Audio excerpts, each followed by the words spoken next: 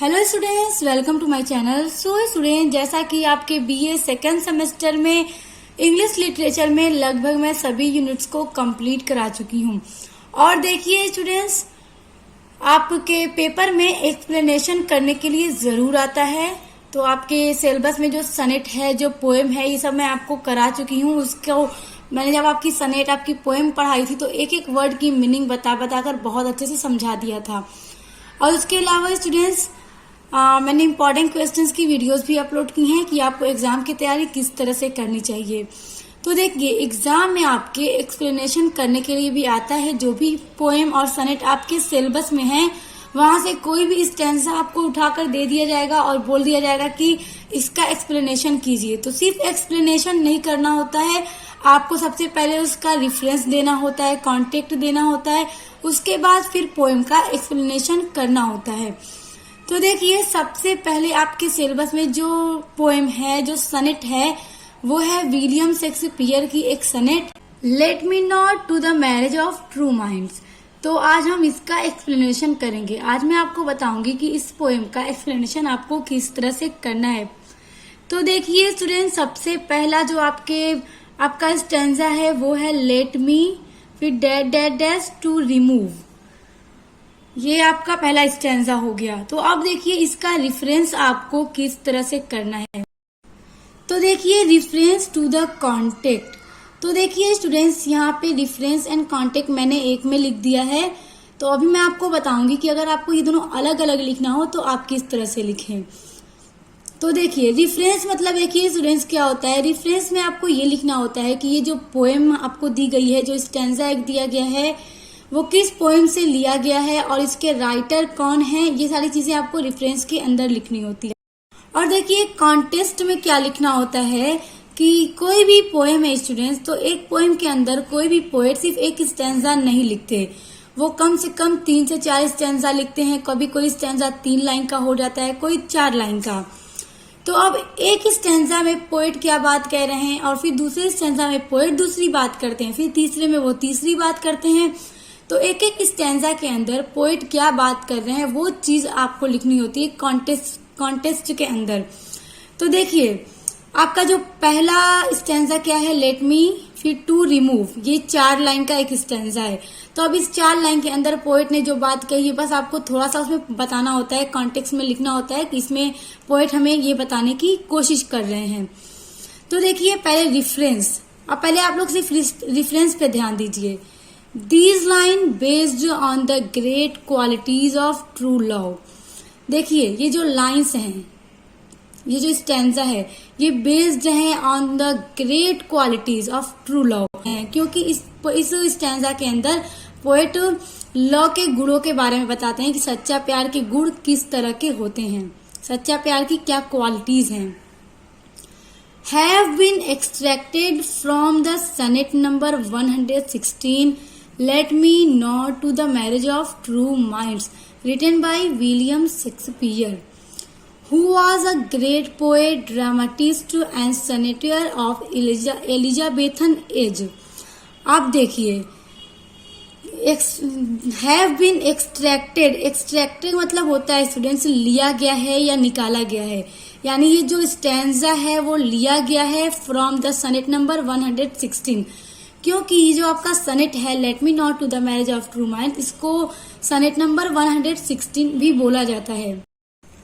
Written by William Shakespeare. तो देखिए, Shakespeare ने इसको लिखा है और वो क्या थे, एक ग्रेट पोएट थे, ड्रामाटिस्ट भी थे और सनेटियर भी थे, एलिजाबेथन युग के।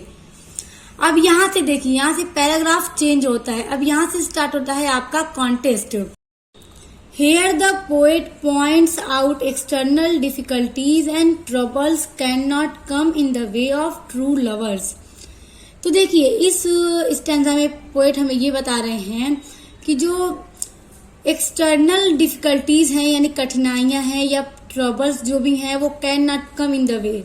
ट्रू लवर्स के जो वे हैं, जो रास्ते हैं, उनके बीच में ये परेशानियां, ये कठिनाइयां नहीं आ सकती। He says that true love overcomes all the obstacles. No power of the world can remove the true feeling of the true lovers from their hearts। तो देखिए, कोई भी परेशानी उनके सच्चे प्यार के बीच में नहीं आ सकती है। अगर उनका प्यार सच्चा है तो कोई भी कठिनाई आएगी तो उन्हें अलग नहीं कर सकती। और फिर वो कहते हैं कि दुनिया की कोई भी ताकत, देखिए, world can remove the true feeling of true lovers from their heart. उनके दिल से उनका सच्चा प्यार कोई भी, दुनिया की कोई भी ताकत नहीं निकाल सकती है। तो इस स्टैंजा में पोएट हमें यही बताते हैं। अब इसका एक्सप्लेनेशन देखिए। अब देखिए, एक्सप्लेनेशन है अकॉर्डिंग टू द पोएट, कवि के अनुसार, यानी कवि बता रहे हैं, no obstacles and circumstances can stand in the way of true lovers. देखिए, अब पोएट क्या बता रहे हैं कि जो सच्चा प्यार करने वाले प्रेमी प्रेमिका हैं, उनके रास्ते में कोई भी परेशानी, कठिनाई नहीं आ सकती और न ही उन्हें अलग कर सकती है। The true lovers are ever ready to face any situation fallen in their वे।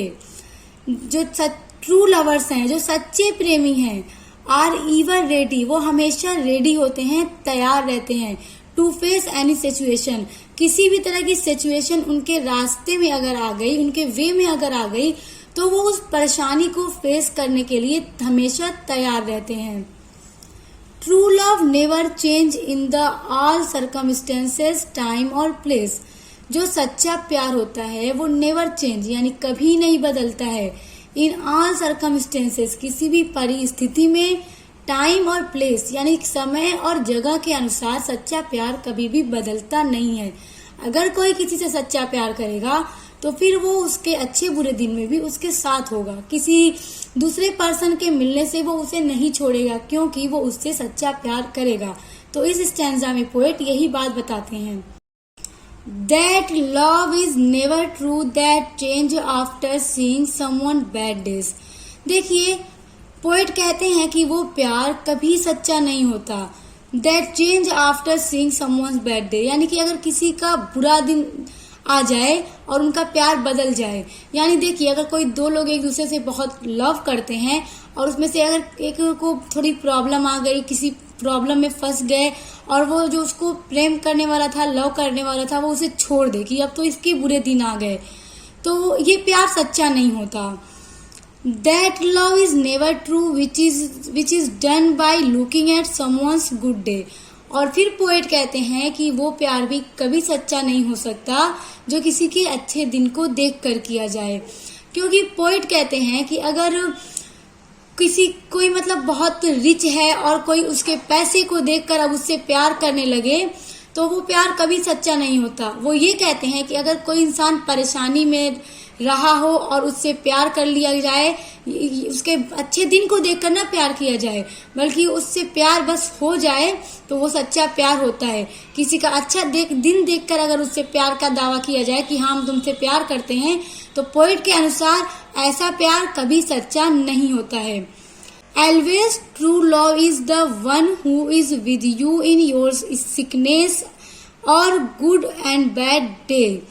देखिए, अब यहाँ पे पोएट कहते हैं always मीन्स हमेशा, true love is the one, सच्चा प्यार हमेशा वही होता है जो आपके अच्छे और बुरे दिन में, यानी good and bad days and your sickness, यानी बीमारी में, जो आपकी बीमारी में, जो आपके अच्छे बुरे दिन में हर पल हर लम्हा आपके साथ हो, आपको प्यार करे।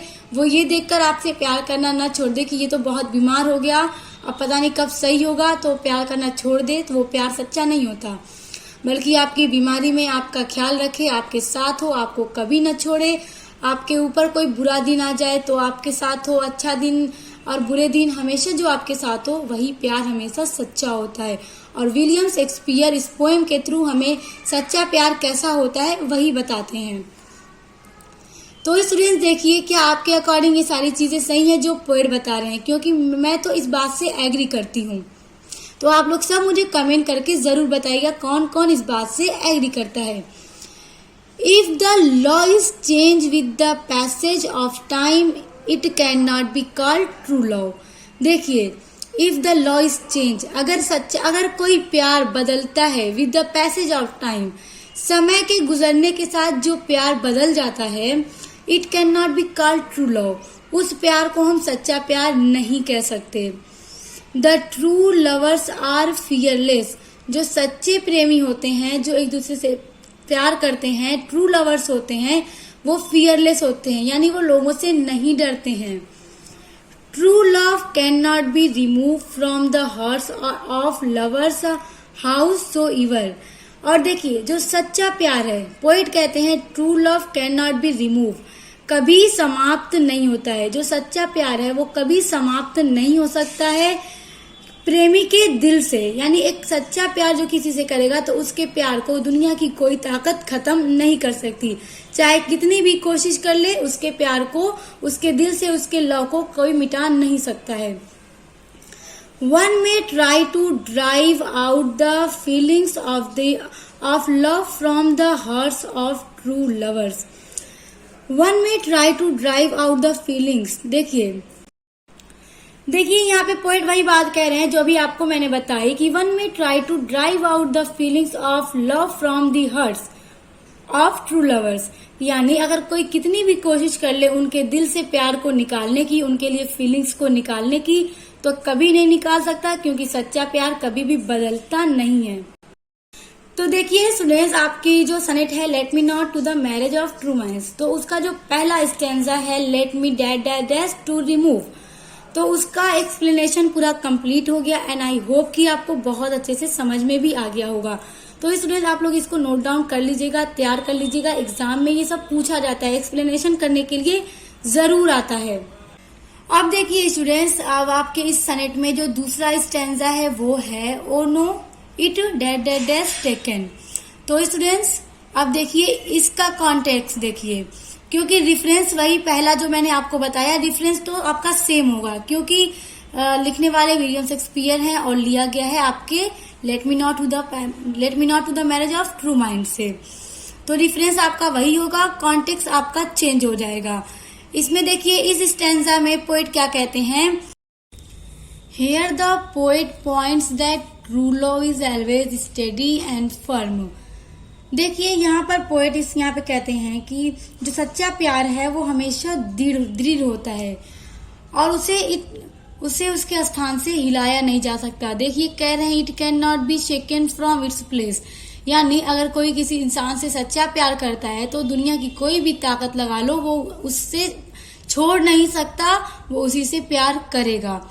No power of the world can force the true lovers to be submissive before the circumstances and hindrances। देखिए यहाँ पे पोएट कहते हैं चाहे दुनिया की कोई भी शक्ति प्रेमियों को परिस्थिति व बाधाओं के समक्ष विनम्र नहीं बना सकती। देखिए सबमिसिव मतलब होता है विनम्र और हिंड्रेंसेस मतलब होता है बाधाएं। तो दुनिया की कोई भी ताकत प्रेमियों को परिस्थिति व बाधाओं के समक्ष विनम्र नहीं बना सकती। सबमिसिव मतलब होता है विनम्र। अब देखिए इसका एक्सप्लेनेशन है according to the Shakespeare true love remain alive for ever. देखिए शेक्सपियर के अनुसार जो ट्रू लव है, सच्चा प्यार है, वो हमेशा जीवित रहता है। रिमेन अलाइव यानी हमेशा जीवित रहता है। इट नेवर डाइज, सच्चा प्यार कभी नहीं मरता है। It never change with the circumstances, और परिस्थिति के अनुसार सच्चा प्यार कभी भी बदलता नहीं है। ये सब कौन कह रहा है? ये सब शेक्सपियर अपने सनेट के थ्रू हमें बता रहे हैं। It is bold and fearless.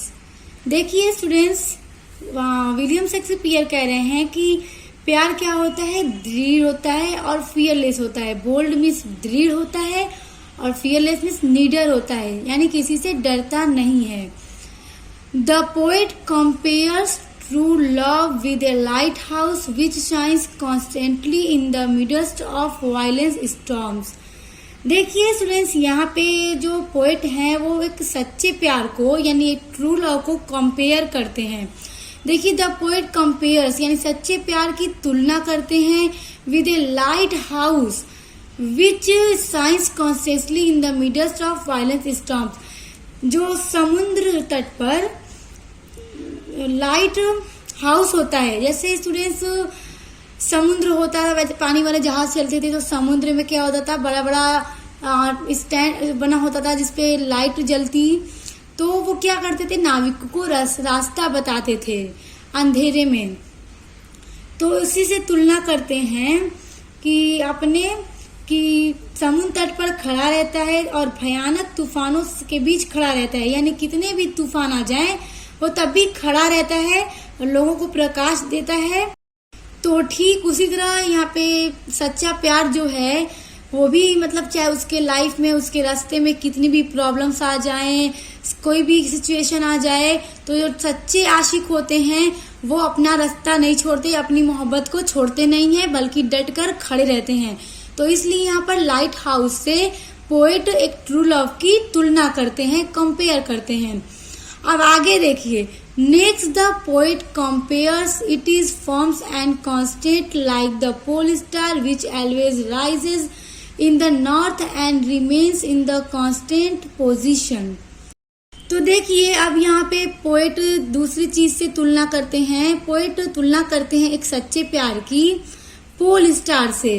वो कहते हैं कि जो ध्रुव तारा है यानी जो पोल स्टार है वो एक ही दिशा में चमकता रहता है, और किस दिशा में, नॉर्थ में, यानी उत्तर में चमकता रहता है। It guides the confused people and wandering ships of men's lives in the ocean. तो देखिए यहाँ पर कहने का मतलब ये है कि जो पोल स्टार है वो लोगों को गाइड करता है। It guides the confused people, जो कंफ्यूज्ड पीपुल हो गए, पीपुल कंफ्यूज हो जाते हैं, उनको गाइड करता है, उनको रास्ता दिखाता है। जो जहाज के समान घूमते लोगों का मार्गदर्शन करता है, यानी जो समुद्र में नाविक होते हैं, शिप चलाते हैं, तो उन्हें क्या करता है, रास्ता दिखाता है, मार्गदर्शन करता है उनका। कौन करता है, जो पोल स्टार है वो करता है। तो यहाँ पर पोल स्टार से कंपेयर करते हैं ट्रू लव की, कि ट्रू लव कैसे लोगों को गाइड करता है। True love is the guiding star of human beings and keeps them on the right path. देखिए अब यहाँ पे बात हो रही है कि इसको पोल स्टार से कंपेयर किया पोएट ने। तो पोल स्टार क्या है, लोगों को, कंफ्यूज्ड पीपुल को गाइड करता है, उन्हें रास्ता दिखाता है। तो अब जो सच्चा प्यार है वो लोगों को, यानी वो इंसानों को गाइड करता है। देखिए, true love is guiding star of human beings and keeps them on right path. जो सच्चा प्यार है वो इंसानों को सही मार्गदर्शन का सितारा है, यानी उन्हें मार्गदर्शन करता है और उन्हें हमेशा सच्चे रास्ते पर बनाए रखता है, राइट पथ पे। It is easy to measure to height of the pole star but it influence on human beings can not be measured. देखिए, ध्रुव जो तारा है, पोल स्टार है, उसकी ऊंचाई को नापना या उसका अनुमान लगाना क्या है, इजी है। तो देखिए कि जो पोल स्टार है उसकी ऊंचाई का अनुमान लगाना तो इजी है, बट इट्स इन्फ्लुएंस, यानी जो इसका प्रभाव है ह्यूमन बीइंग्स पर, यानी जो इंसानों पर इसका प्रभाव है, कैन नॉट बी मेजर्ड, उसको हम मेजर नहीं कर सकते, माप नहीं सकते। सिमिलैरिटी, यानी सेम उसी तरह से the value and importance of true love can not be measured. और जिस तरह से इसका प्रभाव हम ह्यूमन बीइंग्स पे जो उसका प्रभाव पड़ता है हम नहीं माप सकते, तो ठीक उसी तरह से जो सच्चे प्यार की वैल्यू है और जो उसकी इम्पोर्टेंस है उसको भी हम मेजर्ड नहीं कर सकते, यानी हम सच्चे प्यार की वैल्यू को और उसकी इम्पोर्टेंस को कभी माप नहीं सकते हैं। सो स्टूडेंट्स, दूसरे स्टैंजा का एक्सप्लेनेशन यहीं पर खत्म होता है एंड आई होप कि आपको बहुत अच्छे से समझ में आ गया होगा। मैंने आपको एक एक वर्ड की मीनिंग बता के बहुत अच्छे से समझाने की कोशिश की है, तो उम्मीद करती हूँ आपको समझ में आ गया हो। तो देखिए स्टूडेंट्स, अब इसमें से बस एक स्टैंजा बच गया है जिसकी जल्द वीडियो मैं अपलोड करूंगी, उसका एक्सप्लेनेशन भी, क्योंकि सभी एक में एक वीडियो में कवर करने में वीडियो काफी लंबा हो जाता है, जिससे आप लोगों को भी पढ़ने में और समझने में काफी प्रॉब्लम होती है। इसलिए उस पर मैं नेक्स्ट वीडियो जरूर अपलोड करूंगी और इसी तरह से जितनी भी आपकी पोएम्स हैं उनका जल्द एक्सप्लेनेशन अपलोड करने की कोशिश करूंगी, ताकि आप लोग अपने एग्जाम की तैयारी को बहुत अच्छा कर सकें, क्योंकि एग्जाम में आपके किसी भी पोएम का एक्सप्लेनेशन करने के लिए आपसे पूछ सकता है। तो मेरे चैनल को सब्सक्राइब करके बेल आइकन को प्रेस कर लीजिए। आप मिलते हैं नेक्स्ट वीडियो के साथ।